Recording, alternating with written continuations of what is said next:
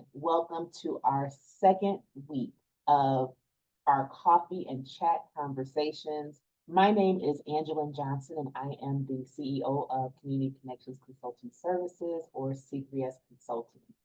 C3S Consulting is a community development consulting firm with clients both in the US and abroad that is committed to supporting our clients as they make real difference within their respective communities. C3S has been in business since 2019, and we have a number of amazing associates who are also a part of our team, one of which is joining us here today for our second Coffee and Chat. So, Coffee and Chat, what is Coffee and Chat? C3S's Coffee and Chat is an opportunity for colleagues to come together to have real conversation about key topics that are impacting our space, our workspace, our professional spaces, our personal spaces too, but primarily looking at how different topics that are happening in society are affecting us in our professional setting. And we are doing this over coffee. And my conversation over coffee today is with Dr. Naketa Jones. Thank you so much. I have been having a great time having this discussion with you. Thank you for this opportunity to share your platform. I am so honored to be a part of this discussion, and I'm looking forward. Awesome. We are so honored to have you here. And in case you did not have the opportunity to watch our first Coffee and Chat, I gave more specifics about Dr. Jones and her background. I'm going to highlight a bit of that now, but please take a moment to review our last conversation. You'll learn a lot more about Dr. Jones. But just to set a stage for today's conversation, if you haven't had a chance to virtually meet Dr. Jones, Dr. Naketa Jones has over 20 years of experience in education and business strategy.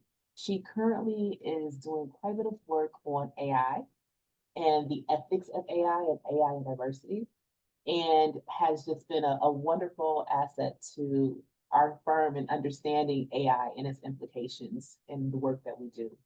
She holds a doctorate in educational leadership from Bowling Green State University, and she is the manager and creator of Ethical AI Solutions LLC, where she crafts critical AI policies for organizations and entities. In addition to that, and many other things that Dr. Jones does, she is the founder of Human Driven Tech, which is a nonprofit driven to bridging the digital divide. And she currently is a member of faculty at Baker College in Michigan, where she is involved in how that institution is looking at AI and its implications within its academic space, which is our topic today.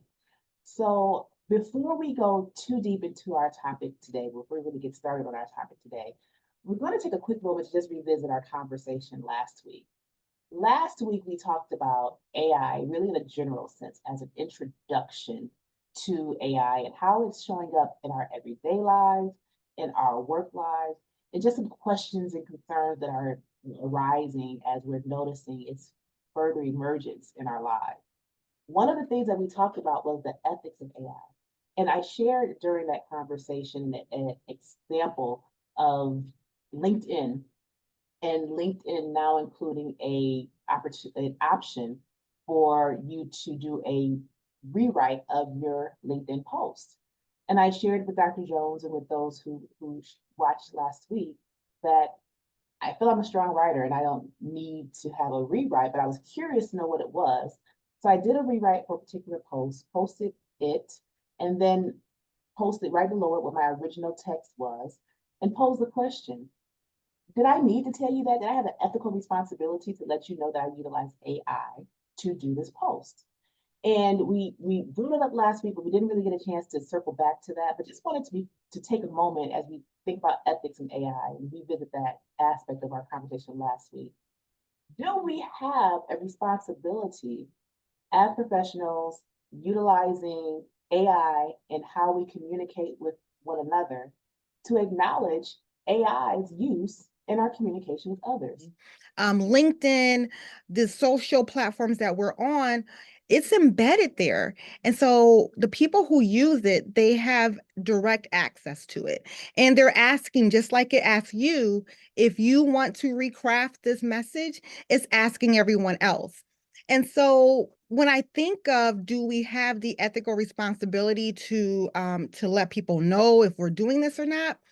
What happens is everyone will have to say, yes, I'm using this, or no, I'm not, because everybody has access to it who's on those platforms. So I don't think that we have an ethical responsibility to actually share with each other that, yes, this post has been generated by AI. No, this post has not, because if that's the case, everyone will be doing that. So it should be almost like an understanding that since everyone has access to it, then everybody's probably using it. Here's the thing that I think we should consider. It should be more of an immoral question that we pose to ourselves. What are the objectives that we're trying to create? What are the things that we're trying to get out of this post? Is it engagement? Is it getting attention? Is it to inspire other people? Or is it to kind of trick people or fool people? So I think that we have a moral obligation to really check ourselves and figure out why are we using this? Why are we using AI to generate what we're doing? And what do we want to get out of it? If we're trying to pose as something that we're not, then I think we really have to really question ourselves as to why we're using it.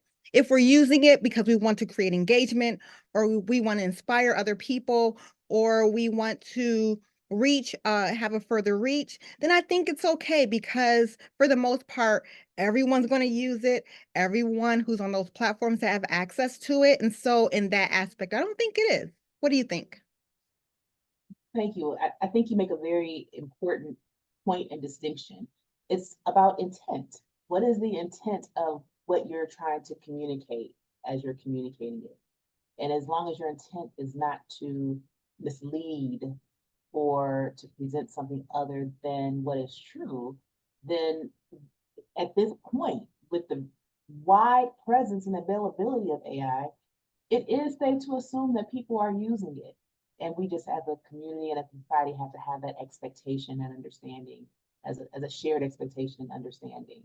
Think of when we turned on our apps and we had these filters that came up, and it said, do you want to have a filter that made your eyebrows a little bit wider or bigger, or put makeup on, or clear some spots on our face, or put little bunny ears on? So everyone had access to that. And so was it our obligation to say, I used a filter that made me look a little bit more awake today? So I think it's kind of one of those things.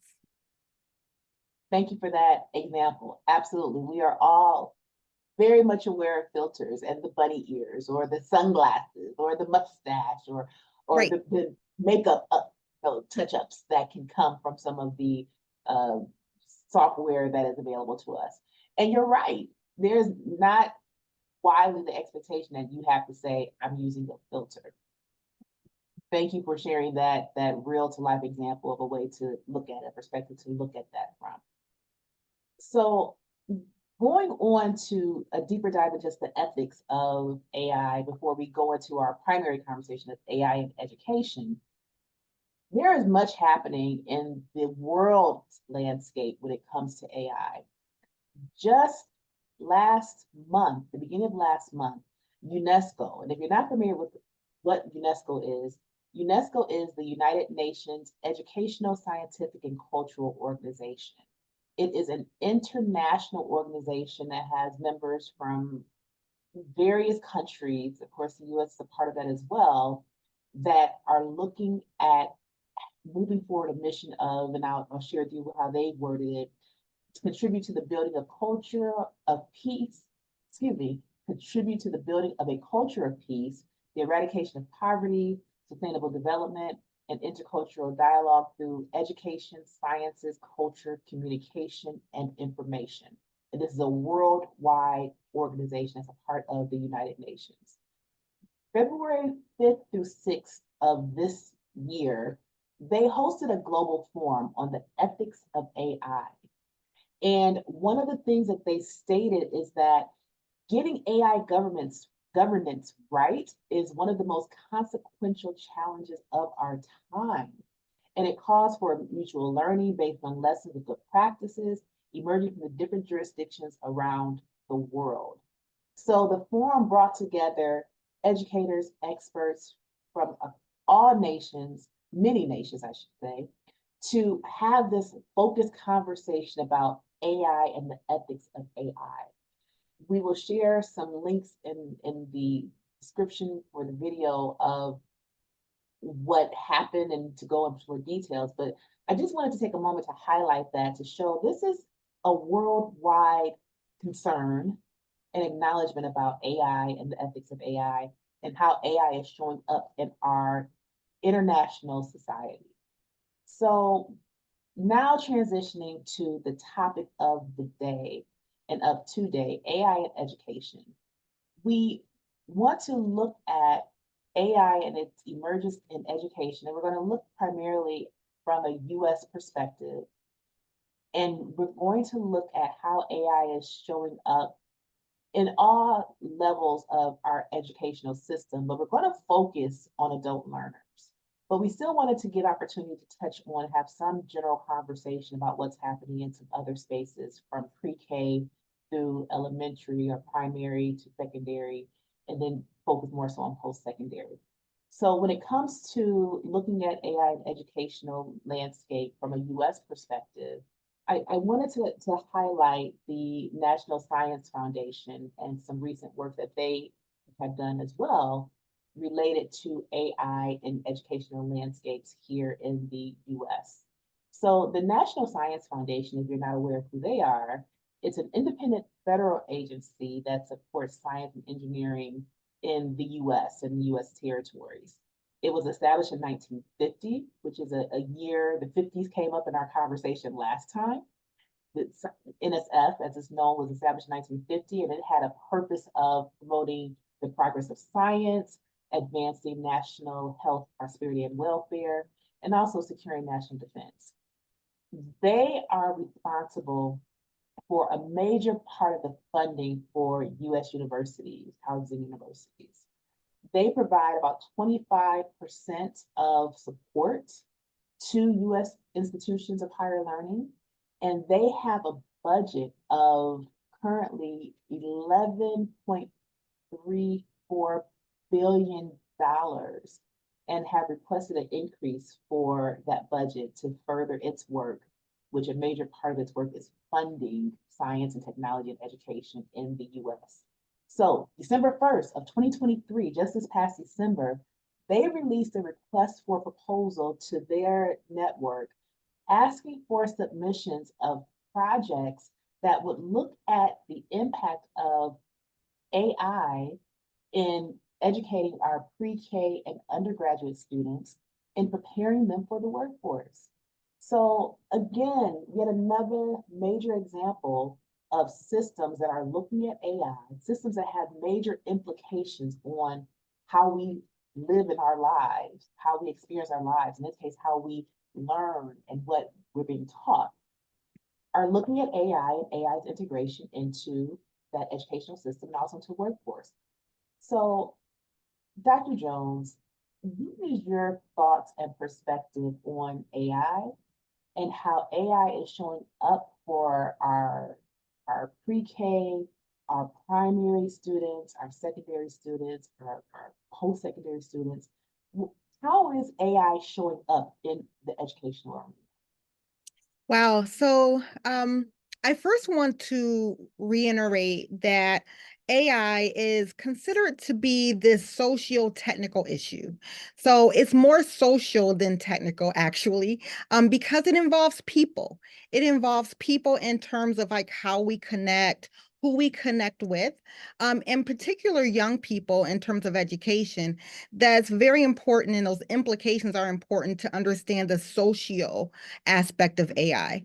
So when we talk about social aspects of AI, we're really talking about the way that people interact with each other, how people learn, how students learn, how educators interact with students, how students interact with other students and their surroundings. So cultural awareness, diversity, equity, and inclusion is also important in that aspect as far, and also in terms of their emotional well-being.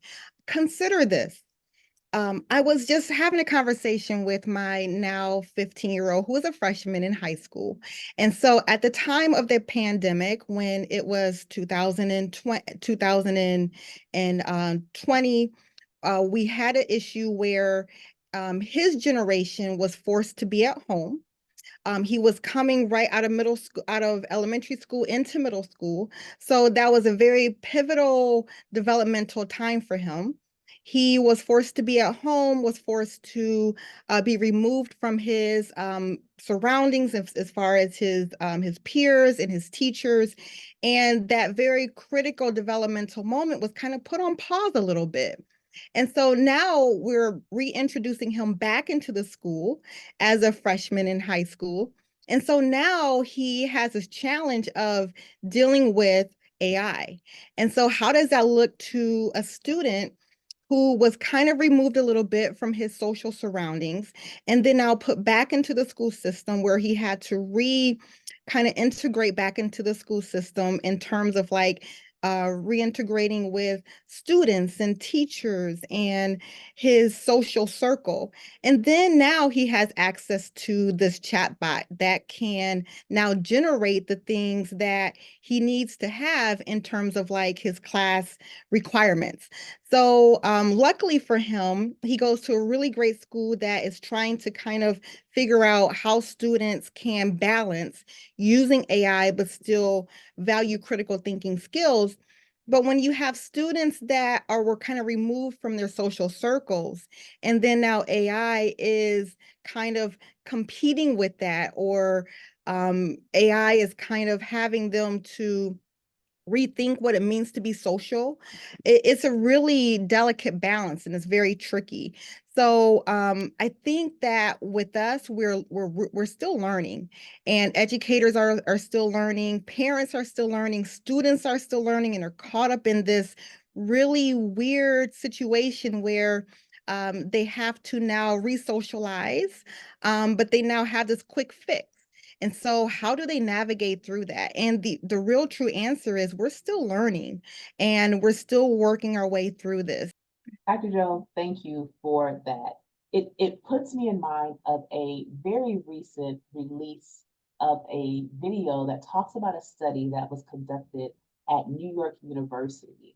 It was an NSF supported research that utilized first person video from a head mounted camera on a young child that looked at how that child learned and processed information and how it responded.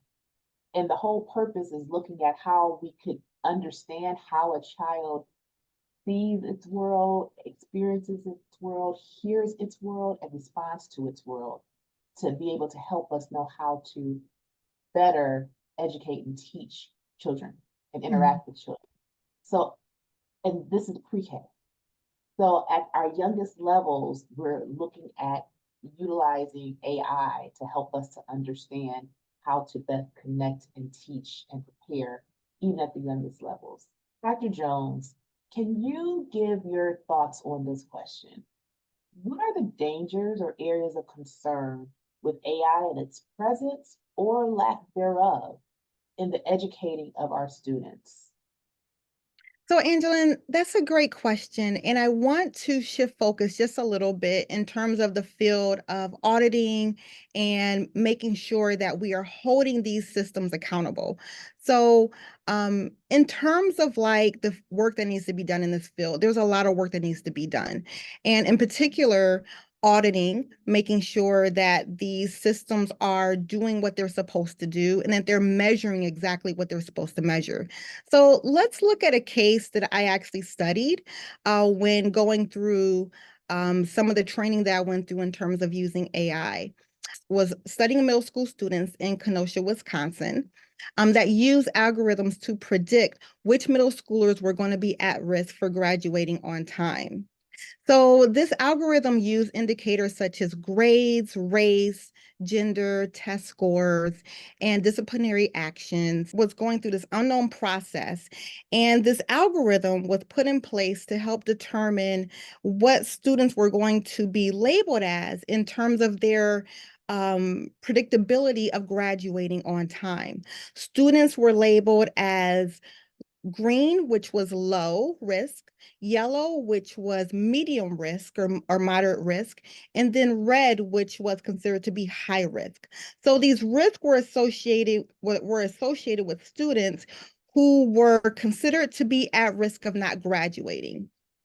So, based on this study, this was kind of like a study where they were wanting to put in or allocate resources to help students to make sure that they had what they needed to help them graduate. So, what this study actually found was that there was there was no correlation between what was being studied and the what was the concern in the prediction of the outcomes. Also, it created a lot of false alarms. It also created feelings of isolation among students. It also created inaccurate labels amongst the students as well, particularly students of color. So this program, which was supposed to be a diversion tactic of like helping students to get through a high school and to be able to graduate, ended up having a lot of risks that were involved in terms of harm. The money that was put in was going to be able to help students to provide assistance to help them to get through school. Some of these assistance were mentorship or assistance with tutoring, or some were even assistance with making sure that they had what they needed to give them attention and to kind of cheer them along. However, it turned out that this was actually creating harm.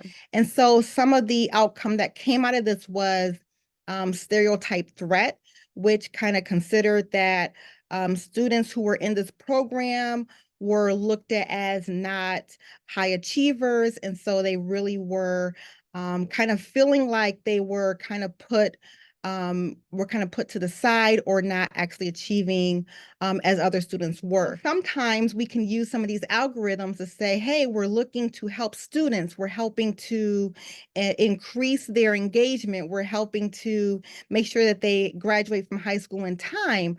But in fact, when you are putting labels on students, that actually creates this feeling of inadequacy and this feeling that they actually don't belong. So it actually created more harm than good. And in fact, what this study did was it had no correlation between the high risk students and actual graduation rates. Wow. So Dr. Jones, I have a real life example of what you're describing. There was one point in time where I worked with a community-wide initiative that was partnered with the public school districts, where would identify the objective was to increase graduation rate. And it was a data-driven approach on utilizing the student data to understand what students were at a high risk and to wrap around services and supports that would look comprehensively at the experience of those students to determine how to best undergird them with supports that could help ensure success or help improve their opportunity for success. So this was some time back. Though AI has been around for a while, we've talked about how the software and the technology has enhanced and improved. But we still utilize technology, and now I know AI, to be able to identify students.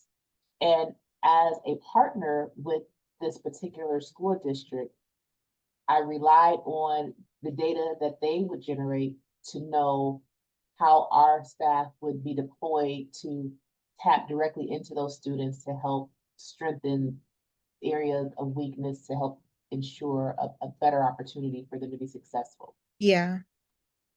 Being mindful now of AI, I don't know what technology or what criteria went into identifying who those students were that we were deployed to focus in on and to hone in on to provide additional resources and supports to. On one hand, looking at the most optimal outcome of that, it would have been a software that accurately identified students who were truly having academic deficits that needed additional supports that we in turn were able to connect them to help ensure their success. On the Mhm. other hand, what you just shared with us is it is possible that those students may have been misidentified based on these algorithms that were utilized to be able to track and identify those students who would be considered at risk. And we could have been putting resources towards students who that's not what they needed. Yeah.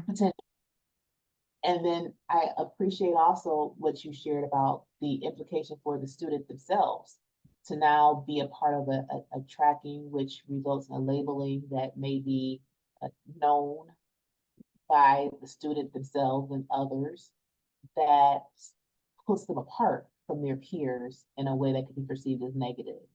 So again, like so many things we've talked about, AI can be a wonderful, wonderful tool because recognizing limited resources within our educational setting, especially our public educational setting, to be able to utilize technology to help identify students at risk, to be able to deploy services to support those students is a much needed and wonderful thing.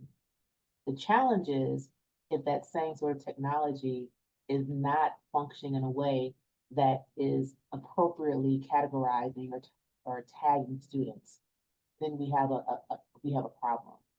Or Yeah. perhaps our students, going back to some of the earlier conversation we had, were based on different criteria, and because of what has been inputted into the system for it to identify, it's not recognizing triggers and things that it should to be able to appropriately target students that are intended to receive the services and supports.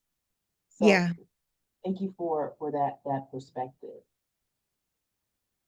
Continuing the conversation about AI and how it's showing up in our educational system. Again, there's so many nuances. This is such a broad topic and there's so many applications and ways AI can be applied. What is your recommendation or your thoughts on AI and as professional educators in our society, why should we care about what's happening right now? You shared some data previously sharing that when it comes to our education systems and the utilization of AI, it's not a very high percentage of educators who are actively utilizing AI tools um, in many of our educational spaces. Should we be concerned about that? Here's the thing. So I think because these chatbots and these tools that are used to be able to generate and create things, they're so widely used, but they're so widely unknown. So we really don't know. And I can tell you that as instructors, as administrators, we're really freaking out. We really are kind of trying to figure out, should we police this thing? Should we allow students to use it? And it's really kind of one of those things where we're kind of waiting a little bit on government to kind of step in and provide some direction. But really, government is almost taking the stance of we're leaving it up to the administrators and teachers and leaders in the community to really decide on what to do. I believe there should be parameters around this and to be able to protect students and even protect those of us who are still learning and trying to understand the dangers and the implications of these things. And just with the example that you and I were sharing, some of the dangers could be that there's this misunderstanding that these tools are accurate, that these tools, when we use them, they're computers, right? When we use a calculator or when we use a computer, we put in 1 + 1 = 2, and that's accurate. However, when it comes to large language models, these models that are generating language, it's not always accurate. And in fact, we should always be checking to make sure. The example that you and I gave when we're looking at tools to evaluate student outcomes and student success and things like that, there's this operation that we don't really tend to understand. So when we're tagging students, when we're putting in data and it gives us output, we are really not understanding what happens in between. So what happens when data goes in and it's processed and the operation happens and we get this outcome, we tend to believe that the outcome is accurate. We go with it. We may have good intentions on using it. However, the danger lies in the unknown. And that unknown, that space, is where we really just don't know what to do.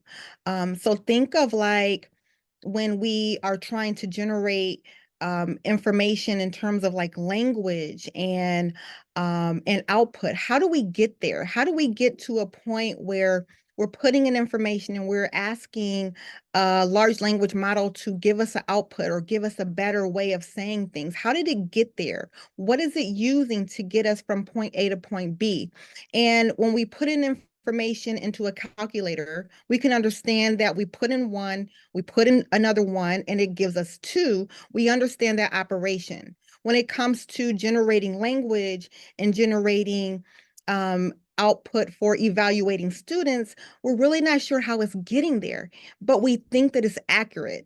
And so that part is dangerous. And that part is, I think, the responsibility of all of us to really try to understand how it's getting there and not just having this kind of blanket understanding that it's accurate. We should go with it because we see that it has these long lasting implications and dangers. When it comes to educators, should we lock down laptops to not allow students to use these tools? Should we use software like Turnitin, which is a software to help detect AI usage, which actually has false positives? So when it comes to these tools, I'm trying to combat it and trying to, make sure that we are policing it. I'm not sure if that's the right way to go. I think what we should do is really try to understand it and help us and help students to understand how they can use it and not getting from point A to point B and not understanding it, but understanding that process. Dr. Jones, we had a conversation about AI and its approach in trying to assess students, and primarily we're referring to uh, primary and secondary students, elementary, high school, junior high, middle school students. And the example that I gave was in that sort of a setting. And Mhm. I think in that particular case, the main triggers you're looking at grades, and how well students are performing. That's pretty, hard quantitative data. The child is not receiving high markings in particular course, and there's a problem. It's but I like what you said about the distinction between language learning when it comes to AI, not just looking at quantitative numbers and GPAs and grade points and percentages and courses, but utilizing AI as a tool to analyze language and produce a perspective or an assumption or a forecast based on the input of language. Mhm. Work within a university setting. Can you share with us what are the conversations? What are the topics? What are the things happening within the university space when it comes to considerations about AI? Yeah, so um, we right now are right at the beginning of just having the conversations on what should instructors do when it comes to students using AI. So we're having conversations like, what is plagiarism? Plagiarism is completely shifting the definition. We're really shifting that definition. What is cheating? What is learning actually? And so I think that when we are like looking at these fundamental questions and reevaluating them under the guise of AI, I think that that is the shift. So having those conversations, evaluating what is fundamental, because what was fundamental 10, 20 years ago is not necessarily fundamental today. Here's an example. Um, when we talk about plagiarism and when we talk about what is cheating, we're really having those basic conversations. So, at AI committee that I'm on, at the very beginning of this, I posed a question: should instructors be using AI in their classroom? And it was a resounding no. No, they shouldn't. We should be policing. We should be shutting it down. We should be making sure that students have no access to this. But in actuality, the software that we're using, the very same software that we're using, is literally embedding AI into it. So these companies, these businesses really want students to have access. But here you have educators that are trying to deny it. And so, what do we do with that? And so we really had to figure out, how do we make AI a partner and help students learn with this tool and not have this tool do everything that that we want the student to learn in that process. We're really starting to have the conversation, and our approach that we're looking at, and we've also taken some of the information from other universities, is that we want to help have the faculty make that choice and make that decision how they want to use it in their classrooms. So Dr. Jones, I want to go back to get an understanding, because not everyone is embedded or a part of academia or in academic spaces to know what the conversations are, or even perhaps recall some of the challenges may be. So in the broad sense, there is no uniformed control measures across university systems on how to look at AI, or how to utilize AI, or how to guide the utilization of AI within our university settings. There's no uniform guidance on that. Is that accurate? That's actually correct. So the Department of Education has taken the stance, and they just put out information like white papers and publications to say, hey, we have to consider privacy. We have to consider protecting students from harm. We have to consider making sure that the learning process is always valued. However, they are not putting any kind of like stipulations or rules or policies or regulations on should students use these tools or not. So I think it's a good thing, because it gives the universities the autonomy to make those decisions. And I think the approach that my university is taking is that we're giving that autonomy to the instructors under some guidelines, right? So making sure that we're protecting student privacy, that there are vetted tools that students can use, that there's a process in which to use it, but they're highly encouraging it, which is actually pretty interesting. So can we do a deeper dive there? This is our coffee and chat, and actually my mug today for my coffee is my USC, University of Southern California alumni mug. And this conversation is reminding me of life as a student.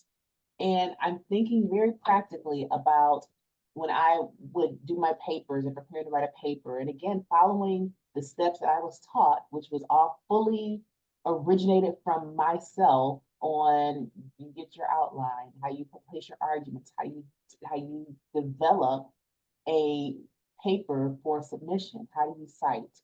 So again, I want to revisit what that looks like today, that same process from this lens of an institution that is open to the realization that AI exists and is a part of how students will do their work.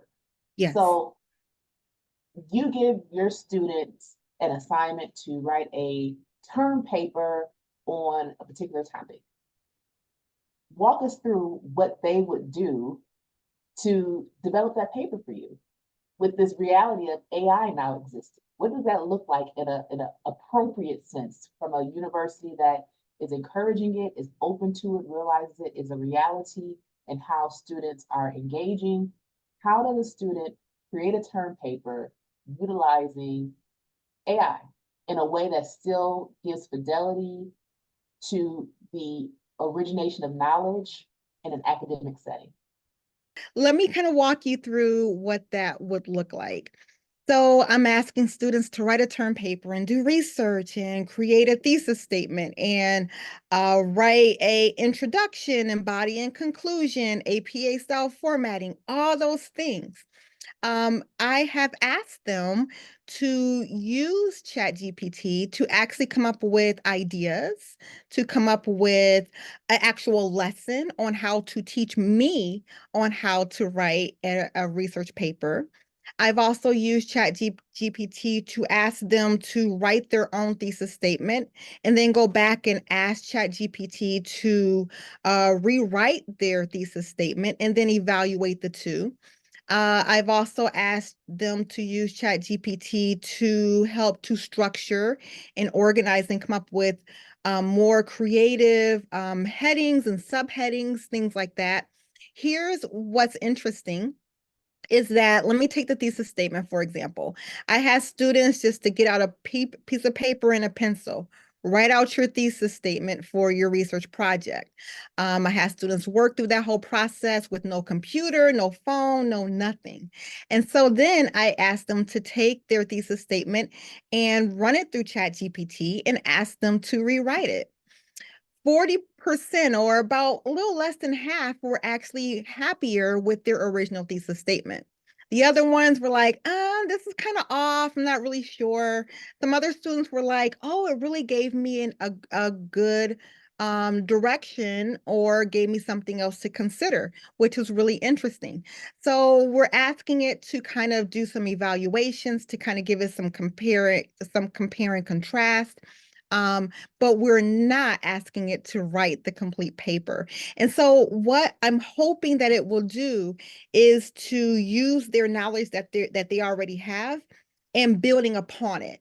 And that's where AI can be a partner and actually not the one that's doing the work. For those students who felt that the AI rewrite or the chat GPT generated content was a stronger or more favorable or better liked statement, let's say they go ahead and use that statement as a context for their paper. How is that then cited?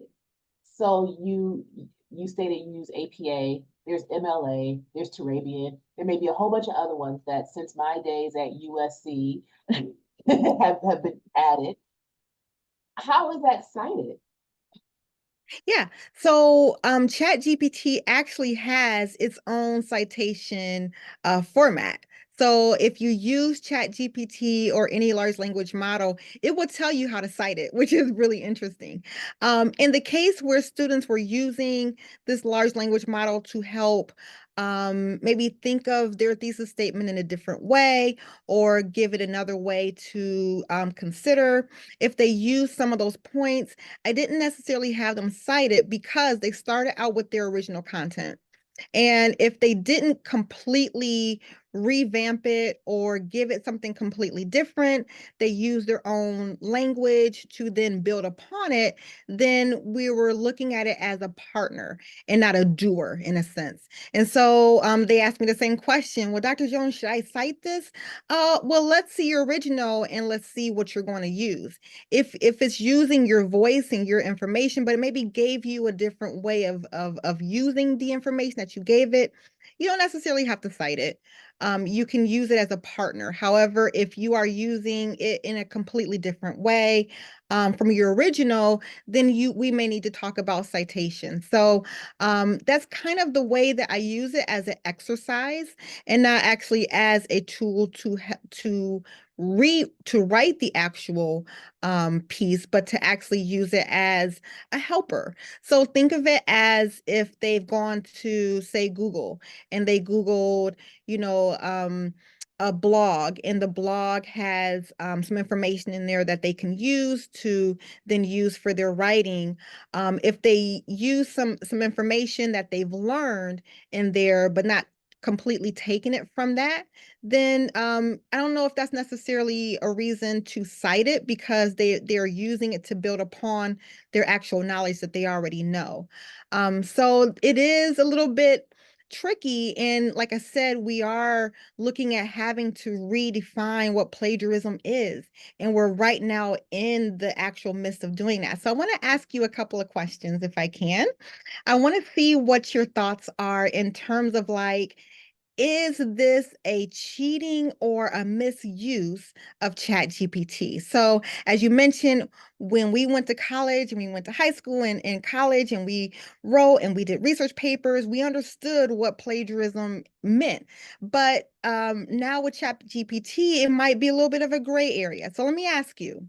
So, like, say if you're trying to define what a participant is, or define words that you're going to use in in research, and ChatGPT gave you definitions, would you consider that cheating or misuse? No, I would consider that a utilization of a tool to support and assist Okay. and So have clarity of understanding. awesome, awesome. So what about summarizing readings or literature? Or say if you had an article that was really heavy and dense in research and you really wanted to understand it a different way and you use ChatGPT to help give you a different perspective, would you consider that cheating or misuse? I would not consider that cheating or misuse. However, I would utilize it as a way to decrease the density of the text, to give Mhm. me some general ideas into the text myself to make sure it's capturing what the text is saying, but just giving me some maybe guidelines or a flashlight for things to focus in on and hone in on based on the key points that apparently, assumably, presumably, ChatGPT would have generated. Awesome, awesome. So what about this? If you had to come up with ideas for a homework assignment and you wanted to generate some responses and you use ChatGPT to do that, would you consider that cheating or misuse? I would not. I Okay. would think, again, that's exploring what tools are out there, what some other approaches are out there to give myself ideas of how to uh, deploy something within my own space. Okay. So what about creating an outline for a research paper, blog post, a grant that you're writing? If you wanted it to create a general outline, would you consider that misuse? I would not. Okay. Again, to me, that speaks to the positives of what AI can do, what ChatGPT can do, which is pulling out some ideas, some examples that I can then use my own critical thinking to determine how it may fit into what I'm trying to do. But I would also have the intent on framing it personally to myself and what I'm doing. Got it. Got it. What about if you were in a class and you had to create a discussion for a post and you went to ChatGPT, you plugged in the question and it gave you an amazing response and you wanted to use that? Yeah, no, it's different. First of all, as the student, so this is the student with the responsibility of responding to a prompt given by their instructor. Yes. So no, that would be different to me because the intent of the exercise, the prompt, is to solicit from the student their thoughts, their ideas, their perspective, their understanding. So if the student takes the prompt and places it into ChatGPT and ChatGPT generates an answer, the student then takes that ChatGPT generated answer and submits it as their response. I would consider that cheating. Okay. All right. There's a caveat though. This is what is so challenging about this. I can see a student doing the same thing, taking the prompt and putting it into ChatGPT, but the objective is to get some thoughts and ideas, not to answer the question for the student or for me, but to get some Sure. thoughts and ideas of what's out there to be mindful of, and then utilizing that as added content, added information on how the student would then frame their own response. So the same exercise, putting the prompt into ChatGPT, I think can produce two different avenues. One I think would be okay. One I don't think would be okay. Got it. Got it. Subjective. It's very subjective. Yes, yes. I got one more for you. So Uh-uh. Say if you wrote something, whether it's something in your professional world or you're in school and you wrote something, but you're like, I think this can sound a little bit better. You take what you wrote, plug it into ChatGPT, and it gives you something that in its context, what you said, but sounds a whole heck of a lot better. Would you consider that cheating or misuse? I would. Okay. Um, because again, if the expectation, the outcome, the objective of why I'm putting it in is to produce, especially in the case of what you just said, an active paper or a business paper, something that I'm signing my name to or putting my name on to state that this is my work. If I put in my original work into ChatGPT and it generates something that's different than my words, and I take that and apply it to the end product and present that as my words,